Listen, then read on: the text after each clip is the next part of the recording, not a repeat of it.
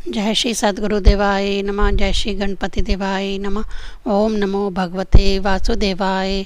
श्रीमद्भागवत महापुराण तृतीय स्कंद छठा अध्याय। विराट शरीर की उत्पत्ति। श्री मैत्रेय ऋषि ने कहा, सर्वशक्तिमान भगवान ने जब देखा कि आपस में संगठित ना होने के कारण ये मेरी महतत्व आदि शक्तियाँ विश्व रचना के कार्य में असमर्थ हो रही हैं, तब वे काल शक्ति को स्वीकार करके एक साथ ही महतत्व, अहंकार, पंचभूत, पंचतंत्र, मात्रा और मन सहित 11 इंद्रियां इन 23 तत्वों के समुदाय में प्रविष्ट हो गए। उनमें प्रविष्ट होकर उन्होंने जीवों के सोए हुए आदृश्य को जागृत किया और परस्पर विलग हुए उस तत्व समूह को अपनी क्रिया शक्ति के द्वारा आपस में मिला दिया।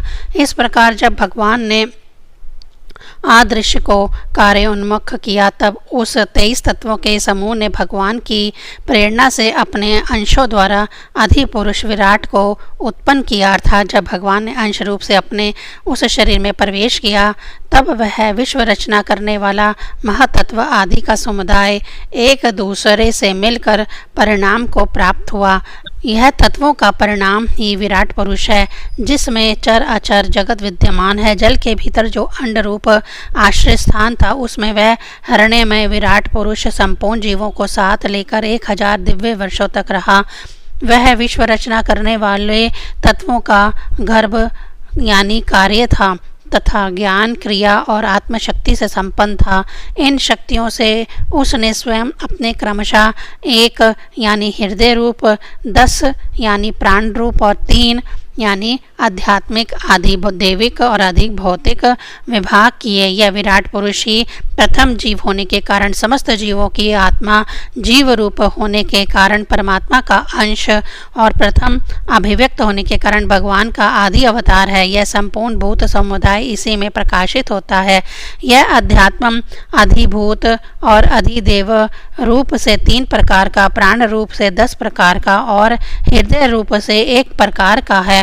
फिर विश्व की रचना करने वाले महातत्व आदि की अधिपति श्री भगवान ने उनकी प्रार्थना को सिमरण कर उनकी वृत्तियों को जगाने के लिए अपने चेतन रूप तेज से उस विराट पुरुष को प्रकाशित किया, उसे जगाया। उसके जागृत होते ही देवताओं के लिए कितने स्थान प्रकट हुए, यह मैं बतलाता हूँ, सुनो। विराट पुरुष के पहले मुख प्रकट हुआ, उसमें लोकपाल अग्नि अपने अंश वागींद्रिय के समेत प्रविष्ट हो गया, जिससे वह जीव बोलता है। फिर विराट पुरुष के तालु उत्पन्न हुआ, उसमें लोकपाल वरुण अपने अंश रसेंद्रिय के सहित स्थित हुआ, जिससे जीव रस ग्रहण करता है। इसके पश्चात उस विराट पुरुष के नथुने प्रकट हुए, उसमें दोनों अश्विनी कुमार अपने अंश घ्राणेंद्रिय के सहित प्रविष्ट हुए, जिससे जीव गंध ग्रहण करता है। इसी प्रकार जब उस विराट देह में आंखें प्रकट हुई, तब उनमें अपने अंश नेत्रेंद्रिय के सहित लोकपति सूर्य ने प्रवेश किया, जिस नेत्रेंद्रिय से पुरुष को विविध रूपों का ज्ञान होता है। फिर उस विराट विग्रह में त्वचा उत्पन्न हुई, उसमें अपने अंश तत्वेंद्रिय के सहित वायु स्थित हुआ, जिस तत्वेंद्रिय से जीव स्पर्श का अनुभव करता है। जब इसके कर्ण छिद्र प्रकट हुए, तब उनमें अपने अंश श्रवेंद्रिय से सहित दिशाओं ने प्रवेश किया, जिस श्रवेंद्रिय से जीव को शब्द का ज्ञान होता है। फिर विराट शरीर में चर्म उत्पन्न हुआ, उसमें अपने अंश रोमों के सहित औषधियाँ स्थित हुई, जिन रोमों से जीव खुजली आदि को अनुभव करता है। जब उसके लिंग उत्पन्न हुआ, अपने इस आश्रय में प्रजापति ने अपने अंश वीर्य के सहित प्रवेश किया, जिससे जीव आनंद का अनुभव करता है। फिर विराट पुरुष के गुदा प्रकट हुई, उसमें लोकपाल मित्र ने अपने अंश पायु इंद्रिय के सहित प्रवेश किया, इससे जीव मल त्याग करता है। इसके पश्चात उसके हाथ प्रकट हुए, उनमें अपनी ग्रहण त्याग रूपा शक्ति के सहित देवराज इंद्र ने प्रवेश किया। इस शक्ति से जीव अपनी जीविका प्राप्त करता है। जब इसके चरण उत्पन्न हुए, तब उनमें अपनी शक्ति गति के सहित लोकेश्वर विष्णु ने प्रवेश किया। इस गति शक्ति द्वारा जीव अपने गंतव्य स्थान पर पहुंचता है। फिर इसके बुद्धि उत्पन्न हुई, अपने इस स्थान में अपने अंश बुद्धि शक्ति के साथ वाक्पति ब्रह्मा ने प्रवेश किया। इस बुद्धि शक्ति से जीव ज्ञातव्य विषयों को जान सकता है। फिर इसमें हृदय प्रकट हुआ, उसमें अपने अंश मन के सहित चंद्रमा स्थित हुआ। इस मन शक्ति के द्वारा जीव संकल्प विकल्प आदि रूप विकारों को प्राप्त होता है। तत्पश्चात विराट पुरुष में अहंकार उत्पन्न हुआ। इस अपने आश्रय में क्रिया शक्ति सहित अभिमान यानी रुद्र ने प्रवेश किया। इससे जीव अपने कर्तव्य को स्वीकार करता है। अब इसमें चित्त प्रकट हुआ, उसमें चित्त शक्ति के सहित महतत्व यानी ब्रह्मा स्थित हुआ। इस चित्त शक्ति से जीव विज्ञान यानी चेतना को उपलब्ध करता है। इस विराट पुरुष के सिर से स्वर्गलोक, पैरों से पृथ्वी और नाभि से अंतरिक्ष यानी आकाश उत्पन्न हुआ।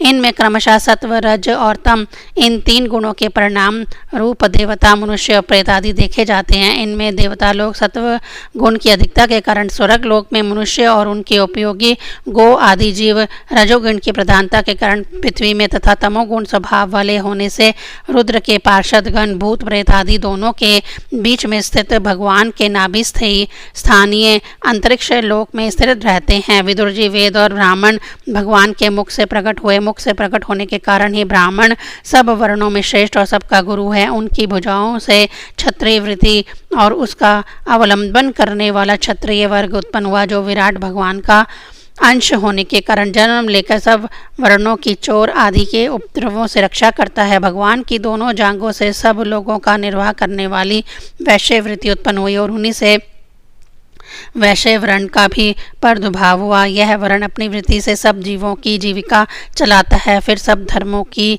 सिद्धि के लिए भगवान के चरणों से सेवा वृत्ति प्रकट हुई और उन्हीं से पहले उस वृत्ति का अधिकारी शूद्र वर्ण भी प्रकट हुआ, जिससे वृत्ति से ही श्री हरि प्रसन्न हो जाते हैं। ये चारों वर्ण अपनी अपनी वृत्तियों के सहित जिन से उत्पन्न हुए हैं, उन अपने गुरु श्री हरि का अपने अपने धर्मों से चित्त शुद्धि के लिए श्रद्धापूर्वक पूजन करते हैं। विदुर जी, यह विराट पुरुष काल, कर्म और स्वभाव शक्ति से युक्त भगवान की योग माया के प्रभाव को प्रकट करने वाला है। इसके स्वरूप का पूरा वर्णन करने का कौन साहस कर सकता है।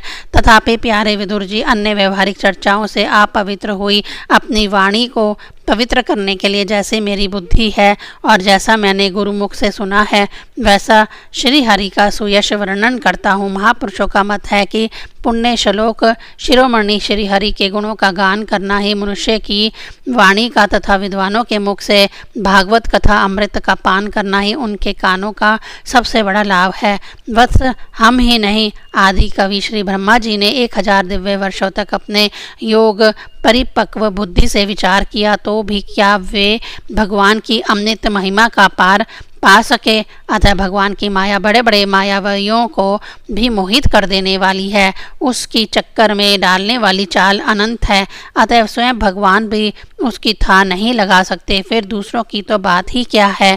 जहाँ न पहुँचकर मन के सहित वाणी भी लौट आती है तथा जिनका पार पाने में अहंकार के अभिमानी रुद्र तथा अन्य इंद्रिय अधिष्ठाता देवता भी समर्थ नहीं हैं, उन श्री भगवान को हम नमस्कार करते हैं। 6वां अध्याय संपूर्ण। ओम नमो भगवते वासुदेवाय।